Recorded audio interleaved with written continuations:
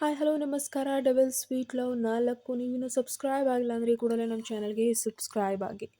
ರಾಣಾ ಮತ್ತು ಮಂಚನಲ್ಲಿ ಒಂದು ವಾರದ ನಂತರ ನಿಶ್ಚಿತಾರ್ಥದ ಸಂಭ್ರಮದ ಸಿದ್ಧತೆಗಳು ಕಳೆಗಟ್ಟಿದ್ವು. ಎಲ್ಲರೂ ಶಾಪಿಂಗ್ಗೆ ಹೋಗೋಕ್ಕೆ ಸಜ್ಜಾಗುತ್ತಾ ತಮ್ಮ ಕೊಠಡಿಗಳಲ್ಲಿ ಬ್ಯುಸಿ.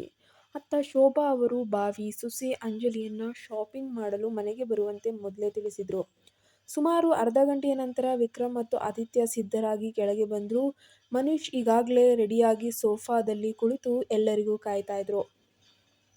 ವಿಕ್ರಮ್ ತನ್ನ ತಂದೆಯ ಬಳಿ ಬಂದು, ಅಪ್ಪ ನೀನ್ ರೆಡಿನಾ ಅಂತ ಕೇಳ್ತಾನೆ. ಅದಕ್ಕೆ ಮನೀಶ್ ದೀರ್ಘವಾಗಿ ನಿಟ್ಟುಸಿರು ಬಿಟ್ಟು, ನಿಮ್ಮ ಅಮ್ಮ ರೆಡಿಯಾಗಲು ಎಷ್ಟು ಸಮಯ ತಗೋತಾರೆ ಅಂತ ಗೊತ್ತಿಲ್ವಾ? ನಾವೆಲ್ಲರೂ ಆದಿತ್ಯನ ನಿಶ್ಚಿತಾರ್ಥದ ಶಾಪಿಂಗ್ ಹೋಗ್ತಾ ಇದ್ದೇವೆ ಅಂತ ಅವಳಿಗೆ ಸರಿಯಾಗಿ ಅರ್ಥವಾಗಬೇಕು ಅಷ್ಟೇ ಅಂತ ಹೇಳಿ ಗೊಣಗಿದ್ರು.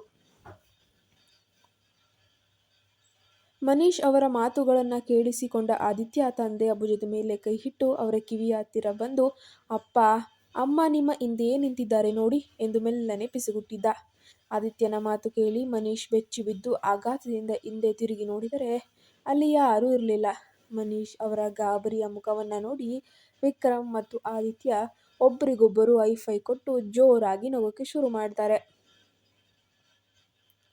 ಮನೀಶ್ ಇಬ್ಬರನ್ನು ಕೋಪದಿಂದ ನೋಡಿ, ನೀವಿಬ್ಬರು ನಿಮ್ಮ ತಾಯಿಯ ಹೆಸರನ್ನ ಹೇಳಿ ನನ್ನನ್ನು ಎದುರಿಸ್ತೀರಾ?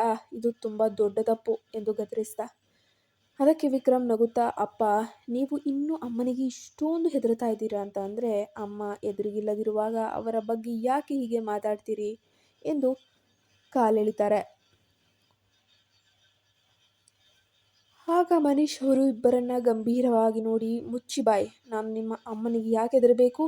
ಅಮ್ಮನೇ ನನಗೆ ಹೆದರಬೇಕು ಅಂತ ಹೇಳಿ ಜಂಬದಿಂದ ಹೇಳ್ಕೊಳ್ತಾರೆ. ಇದನ್ನು ಕೇಳಿದಂತಹ ವಿಕ್ರಮ್ ಮೆಲ್ಲನೆ, ಅಪ್ಪ ಈಗ ನಿಜವಾಗಿಯೂ ಅಮ್ಮ ಹಿಂದೆ ಇದ್ದಾರೆ ಅಂತ ಹೇಳ್ತಾನೆ. ಮನೀಶ್ ನಗುತ್ತಾ, ಸಾಕು ಸಾಕು ನಿಮ್ಮ ತಮಾಷೆ, ಪ್ರತಿ ಬಾರಿ ಹೆದರಲು ನಾನೇನೋ ದಡ್ಡ ಅಲ್ಲ ಎಂದರು. ಅಷ್ಟರಲ್ಲಿ ಹಿಂದಿನಿಂದ ಶೋಭಾ ಅವರ ಗಂಭೀರ ಧ್ವನಿ ಕೇಳಿಸ್ತು. ಮತ್ತೆ ನೋಡೋಣ ಹೇಳಿ, ಯಾರಿಗೆ ಯಾರ ಬಗ್ಗೆ ಭಯವಿಲ್ಲ ಅಂತ? ಶೋಭಾ ಅವರ ಧ್ವನಿ ಕೇಳಿದ ಮನೀಶ್ ಅವರ ಎದೆ ಜಲ್ ಎಂದಿತ್ತು. ಈ ಬಾರಿ ಶೋಭಾ ನಿಜವಾಗಿಯೂ ಹಿಂದೆ ನಿಂತ್ಕೊಂಡು ಮನೀಶ್ ಆಡಿದಂತಹ ಎಲ್ಲ ಮಾತುಗಳನ್ನ ಕೇಳಿಸ್ಕೊಳ್ತಾ ಇದ್ರು. ಮನೀಶ್ ಭಯಭೀತರಾಗಿ, ಹೇ ಶೋಭಾ ನೀನು ಯಾವಾಗ ಬಂದೆ ಅಂತ ಹೇಳ್ಬಿಟ್ಟು ತೊದಲುತ್ತಾರೆ. ಶೋಭಾ ಕೈಕಟ್ಕೊಂಡು ನಿಂತು ಕೋಪದಿಂದ, ನೀವು ಮಾತನಾಡಲು ಶುರು ಮಾಡಿದಾಗಲೇ ಬಂದೆ, ನನ್ನ ಬಗ್ಗೆ ಮಕ್ಕಳಿಗೆ ಏನು ಹೇಳ್ಕೊಡ್ತಾ ಇದ್ದೀರಿ ಅಂತ ಕೇಳಿದ್ಲು. ಮನೀಶ್ ತಕ್ಷಣ ನಯವಾಗಿ, ಅಯ್ಯೋ ಇಲ್ಲ ಇಲ್ಲ ಇಲ್ಲ ಶೋಭಾ, ನಾನೇನು ಹೇಳಲೇ ಇಲ್ವಲ್ಲ, ನಾನು ಸುಮ್ಮನೆ ಹಾಗೆ ತಮಾಷೆ ಮಾಡ್ತಿದ್ದೆ. ನೀನೇ ಈ ಮನೆಯ ಮಾಲೀಕಳು, ನನ್ನ ಜೀವನದ ಯಜಮಾನಿ, ನನಗೆ ನಿನ್ನ ಕಂಡ್ರೆ ಭಯವಿರುವುದಂತೂ 100% ಸತ್ಯ, ನಿಜ. ಅದಕ್ಕೆ ಯಾವಾಗಲೂ ನಿನ್ನ ಮುಂದೆ ತಲೆ ಬಾಗ್ತೀನಿ ತಾನೆ ಅಂತ ಹೇಳಿ ತಮಾಷೆಯಾಗಿ ಬಾಗಿದ್ರು. ಇದನ್ನು ಕಂಡ ವಿಕ್ರಮ್ ಮತ್ತು ಆದಿತ್ಯ ಮತ್ತೆ ನಗಲು ಆರಂಭಿಸಿದ್ರು. ಶೋಭಾ ಕೂಡ ನಕ್ಕು, ಈಗ ಸಾಕು ನಿಮ್ಮ ನಾಟಕ, ಅನಿಕಾ ಮತ್ತು ಕಾವ್ಯ ಎಲ್ಲಿದ್ದಾರೆ ಎಂದು ಅವರನ್ನ ಕರೆದ್ರು. ಶೋಭಾ ಅವರ ಧ್ವನಿ ಕೇಳಿ ಅನಿಕಾ ಮತ್ತು ಕಾವ್ಯ ಮೆಟ್ಟಿಲುಗಳನ್ನ ಇಳಿದು ಕೆಳಗೆ ಬರ್ತಾ ಇದ್ದಾರೆ. ಕಾವ್ಯಾಳನ್ನ ಕಂಡ ತಕ್ಷಣ ವಿಕ್ರಮ್ನ ಹೃದಯದ ಬಡಿತ ವೇಗವಾಯಿತು. ಅನಿಕಾ ಜೀನ್ಸ್ ಮತ್ತೆ ಕುರ್ತಿ ಧರಿಸಿ ಸ್ಟೈಲಿಶ್ ಆಗಿ ಕಾಣ್ತಿದ್ರೆ, ಕಾವ್ಯ ಬಿಳಿ ಬಣ್ಣದ ಚೂಡಿದಾರ್ ಧರಿಸಿ ಕೈಯಲ್ಲಿ ದುಪ್ಪಟ್ಟ ಹಿಡಿದು ಕೂದಲನ್ನ ಹಾಗೇ ಬಿಟ್ಟಿದ್ಲು. ಹಣೆಯ ಮೇಲಿದ್ದ ಸಣ್ಣ ಬಿಂದಿ ಅವಳ ಅಂದವನ್ನ ಹೆಚ್ಚಿಸ್ತಾ ಇತ್ತು. ಯಾವುದೇ ರೀತಿಯ ಮೇಕಪ್ ಇಲ್ಲದಿದ್ರೂ ಕೂಡ ಕಾವ್ಯಾಳ ಸರಳತೆ ವಿಕ್ರಮ್ನನ್ನ ಮಂತ್ರಮುಗ್ಧವನ್ನಾಗಿಸಿತ್ತು. ವಿಕ್ರಮ್ ಅವಳನ್ನೇ ರೆಪ್ಪೆ ಇಕ್ಕದೆ ನೋಡ್ತಾ ಇದ್ದ. ಇದನ್ನ ಗಮನಿಸಿದ ಆದಿತ್ಯ ಅವನ ಭುಜದ ಮೇಲೆ ಕೈ ಇಟ್ಟು, ಅಣ್ಣ ನಿನ್ನ ಏಂಜಲ್ ಕಡೆ ನೋಡುವುದು ಸಾಕು, ನಿಮ್ಮ ಅಂದರೆ ಅಪ್ಪ ಅಮ್ಮ ಇಲ್ಲಿಯೇ ಇದ್ದಾರೆ ಅಂತ ಹೇಳಿ ಪಿಸುಗುಡ್ತಾನೆ. ತಕ್ಷಣ ಎಚ್ಚೆತ್ತುಕೊಂಡ ವಿಕ್ರಮ್ ಮುಖವನ್ನ ಪಕ್ಕಕ್ಕೆ ತಿರುಗಿಸಿ, ಏನು ಹೇಳ್ತಿದ್ಯಾ ಎಂದು ಸುಳ್ಳು ಕೋಪ ತೋರಿಸ್ತಾನೆ. ಅದಕ್ಕೆ ಆದಿತ್ಯ ನಗುತ್ತಾ, ನೀನು ಕಾವ್ಯಾಳನ್ನ ಬಹಳ ಹೊತ್ತಿನಿಂದ ನೋಡ್ತಾ ಇದೀಯ ಅಣ್ಣ, ನಾನು ಅದನ್ನು ಗಮನಿಸ್ತಾ ಇದ್ದೀನಿ. ನೀನು ಅವಳನ್ನು ಪ್ರೀತಿಸ್ತಿದೀಯಾ ಅಂತ ನನಗಂತೂ ತುಂಬ ಚೆನ್ನಾಗಿ ಗೊತ್ತು. ಆದರೆ ಎಲ್ಲರ ಮುಂದೆ ಅವಳನ್ನು ಹಾಗೆ ನೋಡಿದರೆ ಅವಳಿಗೆ ಒಂದು ರೀತಿಯ ಮುಜುಗರ ಆಗಬಹುದೇನೋ ಎಂದು ಸಮಾಧಾನದಿಂದ ಹೇಳ್ತಾನೆ. ಆದಿತ್ಯನ ಮಾತನ್ನು ಕೇಳಿಸ್ಕೊಂಡವನಿಗೆ ವಿಕ್ರಮ್ಗೆ ಸಂಕೋಚ ಮತ್ತು ಕೋಪ ಒಟ್ಟಿಗೆ ಬಂದ್ಬಿಡುತ್ತೆ. ಸಾಕು ಸಾಕು ನಿನ್ನ ಈ ಅಸಂಬದ್ಧ ಮಾತುಗಳು, ನಾನು ಯಾರನ್ನೂ ನೋಡ್ತಾ ಇಲ್ಲ, ನಾನು ಕಾರ್ ತೆಗಿತಾ ಇದ್ದೀನಿ, ಎಲ್ಲರೂ ಬೇಗ ಕರ್ಕೊಂಡು ಬಾ ಎಂದು ಹೇಳಿ ವೇಗವಾಗಿ ಅಲ್ಲಿಂದ ಹೊರಟು ಹೋಗ್ತಾನೆ.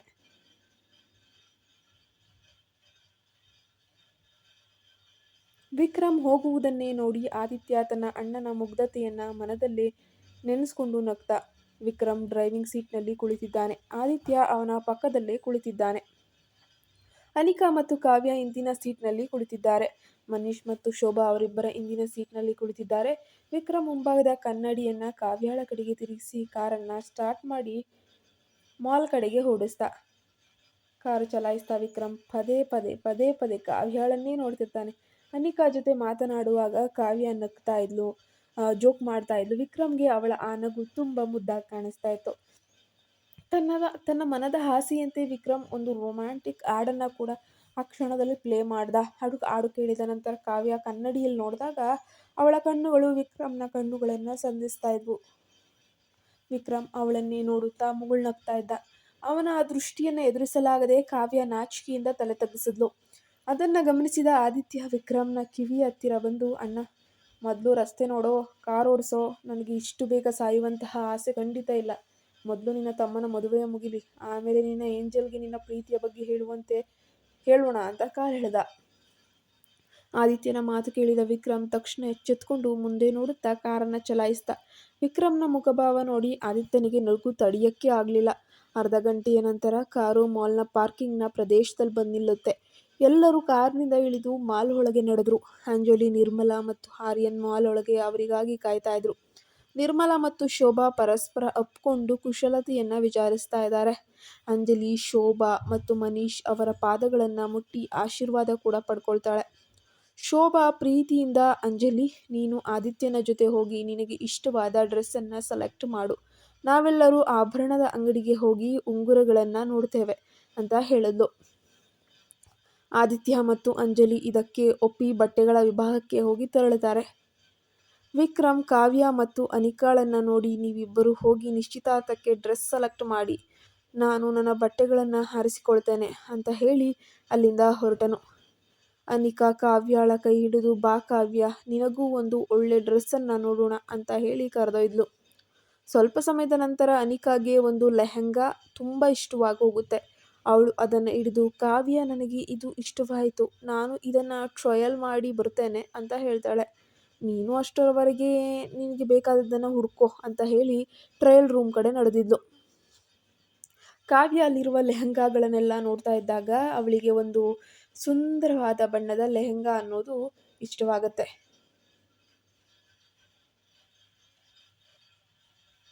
ಅವಳು ಕೌಂಟರ್ನಲ್ಲಿದ್ದ ಹುಡುಗಿಯ ಬಳಿ ಅದರ ಬೆಲೆ ಕೇಳಿದಾಗ ಅದು 2,00,000 ರೂಪಾಯಿ ಅಂತ ತಿಳಿದು ಒಂದು ಕ್ಷಣ ಆಘಾತವೇ ಆಗೋಯ್ತು. ಧನ್ಯವಾದಗಳು, ಆದರೆ ನನಗಿದು ಬೇಡ ಅಂತ ಹೇಳಿ ಆ ಲೆಹಂಗಾವನ್ನು ಕೌಂಟರ್ ಮೇಲೇನೆ ಇಟ್ಲು.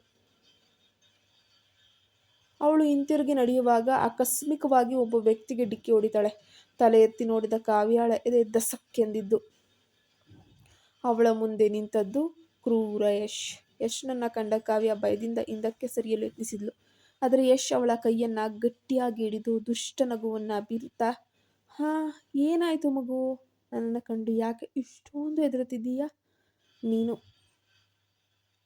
ನಾನು ನಿನ್ನನ್ನು ಕೆಲಸದಿಂದ ತೆಗೆದಾಗ ನೀನು ಅಳುತ್ತಾ ನನ್ನ ಬಳಿ ಬರ್ತೀಯಾ ಅಂತ ನಾನು ಅಂದ್ಕೊಂಡ್ಬಿಟ್ಟೆ. ಆದರೆ ನನ್ನ ಲೆಕ್ಕಾಚಾರನೇ ತಪ್ಪಾಯಿತು. ನಿನ್ನ ಮುಂದೆ ಒಂದು ಷರತ್ತು ಹಾಕಿ ಮದುವೆಯಾಗಬೇಕೆಂದು ಪ್ಲ್ಯಾನ್ ಮಾಡಿಕೊಂಡೆ. ಆದರೆ ನೀನು ಬರಲೇ ಇಲ್ವೇ? ನಿನ್ನ ಮೇಲೆ ನನಗೆ ತುಂಬ ಕೋಪವಿತ್ತು. ಆದರೆ ಈಗ ನಿನ್ನನ್ನು ಹುಡುಕುವ ಅವಶ್ಯಕತೆ ಇಲ್ಲ. ಈಗಲೇ ನಿನ್ನನ್ನು ನನ್ನ ಮನೆಗೆ ಕರೆದೊಯ್ದು ಮದುವೆಯಾಗ್ಬಿಡ್ತೀನಿ ಅಷ್ಟೆ ಎಂದು ಅವಳ ಕೈಯನ್ನು ಬಿಗಿಯಾಗಿ ಹಿಡಿದು ಎಳೆದಾಡ್ತಾ ಇದ್ದಾನೆ. ಕಾವ್ಯ ಬಹಳ ಕೋಪದಿಂದ, ಎಲ್ಲರೂ ನೋಡ್ತಾ ಇದ್ದಾರೆ, ನನ್ನ ಕೈ ಬಿಟ್ಬಿಡು. ಈಗ ನಿನ್ನ ಜೊತೆ ನನಗೆ ಯಾವುದೇ ರೀತಿಯ ಸಂಬಂಧ ಇಲ್ಲ. ನಾನು ಅಳುತ್ತಾ ನಿನ್ನ ಬಳಿ ಬರುತ್ತೇನೆ ಅಂತ ನೀನು ಹೇಗೆ ಭಾವಿಸ್ದೆ? ಮರ್ಯಾದೆಯಿಂದ ಕೈ ಬಿಡು ಎಂದು ಗಂಭೀರವಾಗಿ ಹೇಳಿದ್ಲು. ಯಶ್ ಅವಳನ್ನು ತನ್ನ ಹತ್ತಿರಕ್ಕೆ ಎಳೆದುಕೊಂಡು, ಹೌದು, ನೀನು ಯಾಕೆ ಬರ್ತೀಯ ಹೇಳು? ನಿನ್ನ ಗೆಳತಿ ಅನಿಕಾ ನಿನ್ನನ್ನು ಆ ವಿಕ್ರಮ್ ರಾಥೋಡ್ ಮನೆಗೆ ಕರ್ಕೊಂಡು ಹೋಗಿ ಇಟ್ಟಿದ್ದಾಳಲ್ಲ. ಆದರೆ ನೆನ್ಪಿಡು, ನಾನು ನಿನ್ನನ್ನು ಅಷ್ಟೊಂದು ಸುಲಭವಾಗಿ ಖುಷಿಯಾಗಿರೋಕ್ಕೆ ಬಿಡ್ತೀನಿ ಅಂತ ಹೇಗೆ ಅಂದ್ಕೊಂಡೆ? ಬಲವಂತವಾಗಿ ಹೇಳ್ಕೊಂಡು ಹೋಗಲು ಮುಂದಾದ. ಕಾವ್ಯ ತನ್ನ ಪೂರ್ಣ ಶಕ್ತಿಯಿಂದ ಅವನ ಕೈಗೆ ಬಲವಾಗಿ ಕಚ್ಚಿದ್ಲು. ನೋವಿನಿಂದ ಯಶ್ನ ಹಿಡಿತ ಸಡಿಲವಾಯಿತು. ಕಾವ್ಯ ತಕ್ಷಣ ಅಲ್ಲಿಂದ ಜೀವ ಉಳಿಸ್ಕೋಬೇಕಲ್ವಾ ಅಂತ ಹೇಳಿ ಓಡ್ ಹೋಗ್ತಾಳೆ. ಯಶ್ ಕೂಡ ಅವಳನ್ನು ಹಿಡಿಯಲು ಬೆನ್ನಟ್ತಾನೆ. ಕಾವ್ಯ ದಿಕ್ಕಾಪಾಲಾಗಿ ಓಡುತ್ತಾ ಯಾರ ಮೇಲೋ ಹೋಗಿ ಜೋರಾಗಿ ಡಿಕ್ಕಿ ಹೊಡಿತಾಳೆ. ಕಾವ್ಯ ಗಾಬರಿಯಿಂದ ಓಡಿ ಹೋಗಿ ಬೇರೆಯವರಿಗೆ ಡಿಕ್ಕಿ ಹೊಡೆದಾಗ ಭಯದಿಂದ ತಲೆ ಎತ್ತಿ ನೋಡ್ತಾಳೆ. ಎದುರಿಗೆ ಇದ್ದದ್ದು ಬೇರೆ ಯಾರೂ ಅಲ್ಲ, ವಿಕ್ರಮ್ ನಿಂತಿರುವುದನ್ನು ಕಂಡ ತಕ್ಷಣ ಅವಳು ಗಾಬರಿಯಿಂದ ಅವನನ್ನು ಗಟ್ಟಿಯಾಗಿ ಅಪ್ಕೊಂಡ್ಬಿಡ್ತಾಳೆ. ಅವಳು ಪಾಪ ನಡುಕ್ತಾ ಇದ್ದಾಳೆ. ಅಷ್ಟೊಂದು ಎದುರಿರುವುದನ್ನು ಕಂಡು ವಿಕ್ರಮ್ ಆಶ್ಚರ್ಯಚಕಿತನಾಗ್ತಾನೆ. ಅವನು ಅವಳನ್ನು ನಯವಾಗಿ ಸವರುತ್ತಾ, ಅಯ್ಯೋ ಏನಾಯ್ತು ಕಾವ್ಯ, ಯಾಕೆ ಹೀಗೆ ಬೆವರ್ತಾ ಇದೆಯಾ, ಯಾಕೆ ಇಷ್ಟೊಂದು ಹೆದರುತ್ತಿದ್ಯಾ ಎಂಬ ಆತಂಕದಿಂದ ಕೇಳ್ತಾನೆ.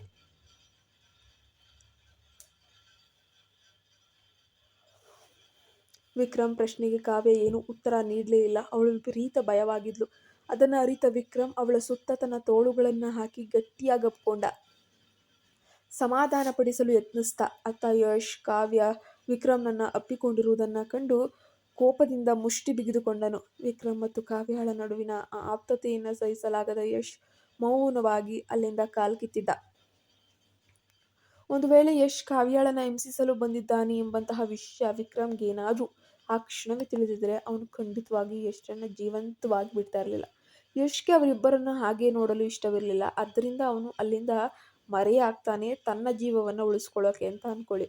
ಸ್ವಲ್ಪ ಹೊತ್ತಿನ ನಂತರ ವಿಕ್ರಮ್ ಕಾವ್ಯಳ ಮುಖವನ್ನು ದೃಷ್ಟಿಸಿ ನೋಡಿ, ಈಗ ಓಕೆ ಅಲ್ವಾ ಕಾವ್ಯ, ಏನಾಗಿದೆ ಅಂತಾದರೂ ಹೇಳು, ನಿನ್ನನ್ನು ಯಾರಾದರೂ ಕಾಡ್ತಾ ಇದ್ದಾರಾ, ಯಾಕೆ ಇಷ್ಟು ಭಯ ಅಂತ ಮತ್ತೆ ಪ್ರಶ್ನಿಸ್ತಾ.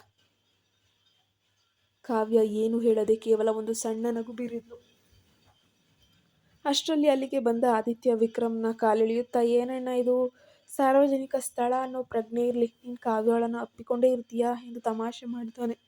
ವಿಕ್ರಮ್ ನಾಚಿಕೆಯಿಂದ ಆದಿತ್ಯನ ಬೆನ್ನಿಗೆ ಒಂದು ಹೊಡೆತ ನೀಡಿ, ಮುಚ್ಚು ಬಾಯ್, ನಾನು ಸುಮ್ಮನೆ ಅವಳು ಎದುರಿದ್ದಾಳೆ ಅಂತ ಸಮಾಧಾನ ಮಾಡ್ತಾ ಇದ್ದೆ ಅಷ್ಟೇ ಅಂತ ಹೇಳ್ತಾನೆ ಎಂದು ಸ್ಟೈಲ್ ಆಗಿ ಹೇಳ್ದ. ಆದಿತ್ಯ ನೋವಿನಿಂದ ಕಿರುಚುತ್ತಾ, ಅಯ್ಯೋ ಅಯ್ಯೋ ಅಣ್ಣ, ಅಷ್ಟೊಂದು ಜೋರಾಗಿ ಹೊಡೆಯಬೇಕಾ, ನಾನು ಸತ್ಯವನ್ನೇ ಹೇಳಿದ್ದು. ಕಾವ್ಯ ನೋಡು, ನನ್ನ ಅಣ್ಣ ನಿನಗೆ ಎಷ್ಟು ಬೆಂಬಲವಾಗಿ ನಿಲ್ತಾ ಇದ್ದಾನೆ ಅಂತ. ಆದಿತ್ಯನ ಮಾತು ಕೇಳಿ ಕಾವ್ಯ ವಿಕ್ರಮ್ ಕಡೆ ನೋಡ್ತಾ ಇದ್ದಾಳೆ. ವಿಕ್ರಮ್ ಕೂಡ ಅಷ್ಟೇ ಅವಳನ್ನೇ ದಿಟ್ಟಿಸಿ ನೋಡ್ತಾ ಇದ್ದ.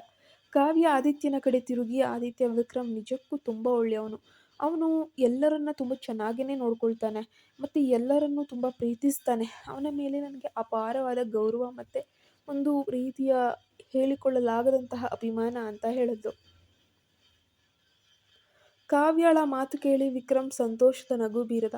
ನಂತರ ಅವನು ಆದಿತ್ಯನ ಕಿವಿಯ ಹತ್ತಿರ ಬಂದು, ಈಗ ನಿನ್ನ ಮಾತು ಮುಗೀತಾ, ನೀನು ಇಲ್ಲಿಗೆ ಯಾಕೆ ಬಂದೆ ಅಂತ ಕೇಳಿದನು. ಆದಿತ್ಯ ಅಸಹಾಯಕತೆಯಿಂದ, ಅಣ್ಣ, ಅದು ನಿಶ್ಚಿತಾರ್ಥದ ಪಾರ್ಟಿಗೆ ಯಾವ ಡ್ರೆಸ್ ಹಾಕಬೇಕು ಅಂತ ಹೇಳ್ಬಿಟ್ಟು ನನಗೆ ಅರ್ಥನೂ ಆಗ್ತಾ ಇಲ್ಲ, ಆ್ಯಂಡ್ ನನಗೆ ಸೆಲೆಕ್ಟ್ ಮಾಡೋಕ್ಕೆ ತುಂಬ ಕಷ್ಟ. ಆ್ಯಕ್ಚುಲಿ ಎಲ್ಲ ಡ್ರೆಸ್ಸೂ ತುಂಬ ಚೆನ್ನಾಗಿ ಕಾಣ್ತಾ ಇದೆ, ದಯವಿಟ್ಟು ನನಗೆ ಒಂದು ಯಾವುದಾದ್ರೂ ಸಹಾಯ ಮಾಡ್ತೀಯಾ ಅಂತ ಕೇಳ್ಕೊಂಡ.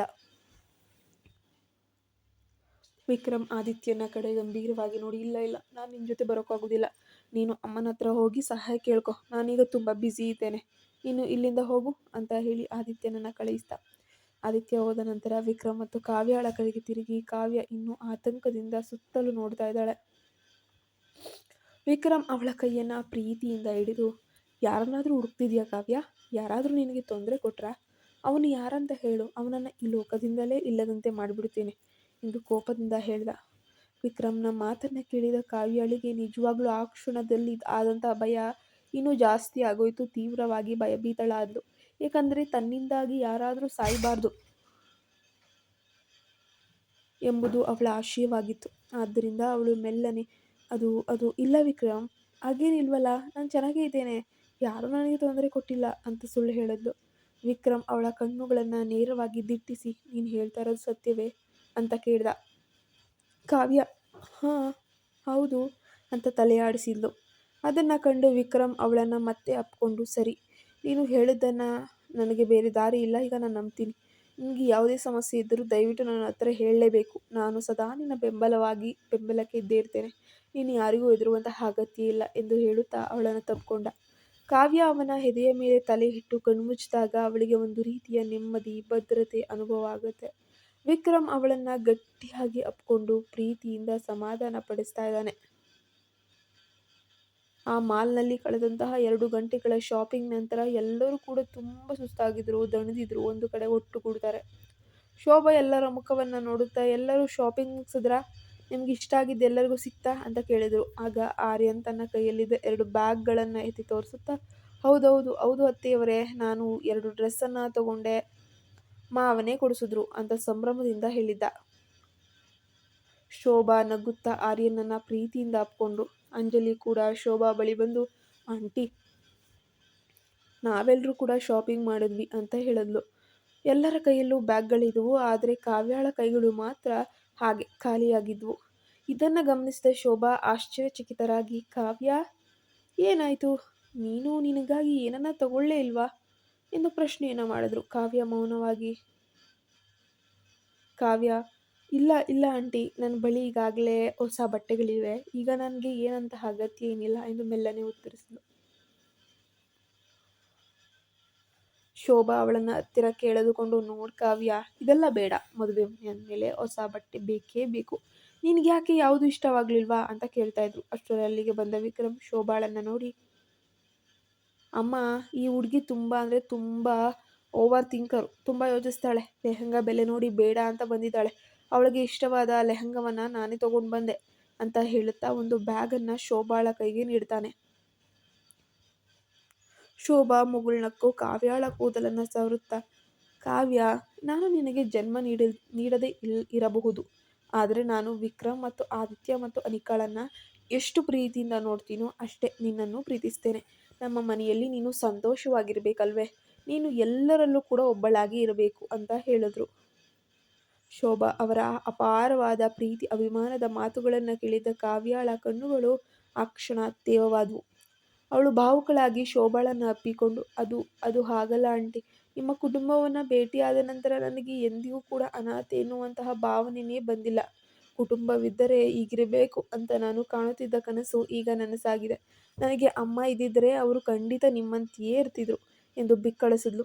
ಶೋಭಾ ಅವಳ ಕೆನ್ನೆಯನ್ನು ಮೆಲ್ಲನೆ ಸವರಿ, ಈಗ ಹಠ ಮಾಡದೆ ನಿನಗೆ ಇಷ್ಟವಾದದ್ದನ್ನು ಹೋಗಿ ತಗೊಂಡ್ಬಾ.